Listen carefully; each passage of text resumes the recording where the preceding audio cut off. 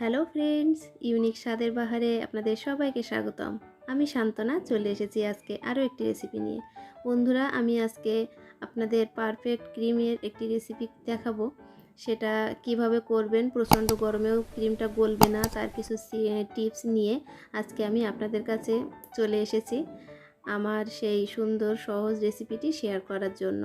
তো বন্ধুরা, আমার চ্যানেলে যদি নতুন হয়ে থাকেন অবশ্যই আমার চ্যানেলটিকে সাবস্ক্রাইব করবেন। আপনাদের কাছে আমার একটি রিকোয়েস্ট আছে যে আমার চ্যানেলটি সাবস্ক্রাইব করে দিবেন। আপনারা যদি আমার চ্যানেলটি সাবস্ক্রাইব করেন তাহলে কিন্তু আমি ভিডিও তৈরি করার আরও অনেক উৎসাহ পাই।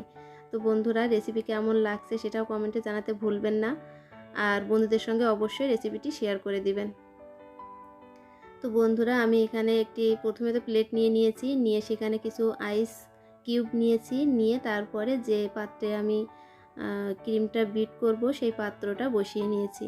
নিয়ে পাত্রটা কিন্তু ডিপ ফ্রিজে রাখা ছিল আধা ঘন্টার জন্য। তারপর সেখান থেকে নিয়ে টিস্যু দিয়ে সুন্দর করে মুছে নিয়ে এখানে 2 কাপ ট্রপিক্যাল হুইপড ক্রিম আমি দিয়েছি। আজকে আমি ট্রপিক্যাল হুইপড ক্রিমটা ব্যবহার করেছি। ট্রপিক্যাল হুইপড ক্রিম আপনি যেমন ওয়েদারই হোক, ক্রিমটা কিন্তু পারফেক্ট হয় সবসময়। আমি দেখেছি যেভাবে বিট করেন না কেন ক্রিমটা কিন্তু পারফেক্টই হয়। তো বন্ধুরা, আমি এখানে লো স্পিডে বিট করে নিচ্ছি, 2 মিনিটের মতো বিট করছি। তারপরে এখানে আমি দিয়ে দেব 2 টেবিল চামচ মতো আইসিং সুগার, আর দেব জিলেটিনের একটি মিক্সার। জিলেটিনটা কিভাবে আপনারা রেডি করে নেবেন সেটাও আমি বলে দেব। বন্ধুরা, এই ক্রিমে কিন্তু এমনিতেই চিনি দেওয়া থাকে, চিনি না দিলেও হয়। তারপরেও আমি একটু মিষ্টি পছন্দ করি, এই জন্য 2 টেবিল চামচ আইসিং সুগার দিয়ে নিয়েছি। আইসিং সুগার আপনারা বাজারেরটাও ইউজ করতে পারেন, আবার চাইলে বাসায়ও তৈরি করে নিতে পারেন। তো বন্ধুরা, তারপরে আসি কিভাবে জিলেটিনটা আপনারা রেডি করবেন। জিলেটিন আমি এখানে 2 কাপ ক্রিমের জন্য 1.5 চা চামচ জিলেটিন নিয়েছি। তার ভিতরে ঠান্ডা জল দিয়ে দিয়েছি 3 চা চামচ, দিয়ে সুন্দর করে এটাকে মিশিয়ে 10 মিনিটের জন্য ঢাকা দিয়ে রেখেছিলাম। তারপরে এখানে 10 মিনিট পরে ফুটন্ত গরম জল দিয়েছি, আরও 4 চা চামচ মতো দিয়ে ওটাকে মিশিয়ে রেখে দিয়েছি রুম টেম্পারেচারে আসার জন্য। যেন গরম অবস্থায় কোনোভাবে কিন্তু ক্রিমের ভিতরে এটা ব্যবহার করা যাবে না। এখন এই যে জিলেটিনটা আমি দিয়ে দিলাম, এরকম থাকবে, দেখে বুঝতে পারবেন আপনারা। এটা কিন্তু কোনো অবস্থাতেই গরম অবস্থায় দিবেন না, ঠান্ডা হয়ে গেলে তবেই ক্রিমের ভিতরে দিয়ে নেবেন। দিয়ে এখন আমি মিডিয়াম স্পিডে আরও 2 থেকে 3 মিনিটের মতো বিট করে নেব। এর মধ্যেই কিন্তু ক্রিমটা রেডি হয়ে যাবে। ওভার বিট হলে কিন্তু ডেকোরেশন ভালো হবে না, সেদিকে খেয়াল রাখবেন। এখন এটা মিডিয়াম এসে আমি বিট করে নিচ্ছি। এই যে এই পর্যায়ে দেখুন, আমি এখন চারপাশ থেকে একটু নিয়ে মাঝখানে দিয়ে নিচ্ছি, যেন চারপাশের ক্রিমগুলো নরম না থাকে, তার জন্য এভাবে মাঝখানে নিয়ে আমি এটাকে মিডিয়াম থেকে স্পিডে আরও কিছুক্ষণ বিট করে নেব।